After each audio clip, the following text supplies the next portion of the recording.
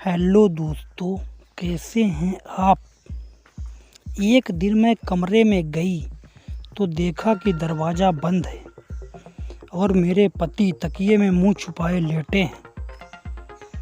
मुझे लगा कि शायद वह मोबाइल में कुछ छुपाकर देख रहे हैं या मुझसे कुछ छुपा रहे हैं। जब मैंने पास जाकर जानना चाहा तो उन्होंने झिड़क कर कहा, दूर रहो। उनकी यह प्रतिक्रिया देखकर मेरी जिज्ञासा और बढ़ गई। मैंने धीरे से पास जाकर देखा तो पाया कि वह तकिए में मुंह छुपाए फूट फूट कर रो रही थी। यह देखकर मैं एकदम सहम गई। मैंने कभी किसी पुरुष को इस तरह रोते हुए नहीं देखा था। मुझे लगा कि जरूर कोई गंभीर बात है। काफ़ी देर बाद जब मैंने उन्हें प्यार को समझाया और बात करने को कहा तो उन्होंने बताया कि उन्हें अपनी दीदी की बहुत याद आ रही है। उनकी दीदी जो पिछले 1 महीने से हमारे घर आई हुई थी, अब वापस जा चुकी थी। उन्होंने भावुक होकर कहा, घर में घुसते ही लगता है कि दीदी अभी आएंगी। आ गया भैया, खाना लगा दूं? हाथ मुंह धो लो, लेकिन अब घर खाली सा लगता है। यह कहते हुए उन्होंने फिर रोने लगे। उनकी यह बात सुनकर मेरा दिल भर आया। उन्होंने बताया कि दीदी जाने के बाद से कई बार वह अकेले रो चुके थे, लेकिन कभी मुझे इसका आभास नहीं होने दिया।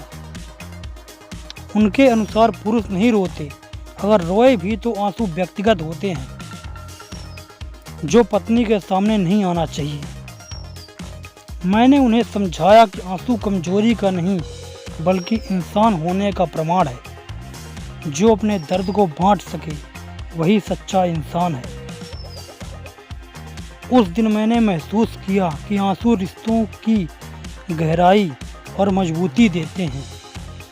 अब जब भी वह भावुक होते हैं, मैं उनसे कहती हूँ, वो मर्द ही क्या जिसे दर्द ना हो। उनके आंसू अब केवल उनके नहीं रहे, वह हमारे रिश्तों का हिस्सा बन गए हैं। हम अब एक दूसरे के दर्द और भावनाओं में समान भागीदार हैं। शादी के शुरुआती दिनों में जब मैं अपने पति के साथ नए शहर आई तो ससुराल वालों ने मजाक में मुझसे कहा था, हमारे लड़के का ध्यान रखना। तब मुझे यह बात अजीब लगी थी, लेकिन अब मैं समझ गई कि उनका इशारा उनकी भावुकता की ओर था। समाज में यह धारणा है कि पुरुष कठोर होते हैं और उन्हें दर्द महसूस नहीं होता, लेकिन सच्चाई यह है कि आंसू ना तो किसी लिंग से बंधे हैं और ना ही कमजोरी का प्रतीक है। यह इंसान होने की पहचान है। आज जब भी पति भावुक होते हैं, मैं उन्हें समझाती हूँ कि यह हमारी भावनाओं का हिस्सा है। आंसू बांटने से रिश्ते और मजबूत होते हैं।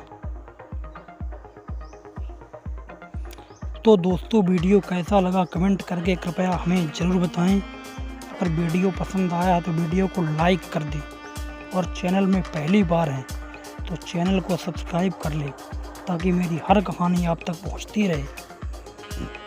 धन्यवाद।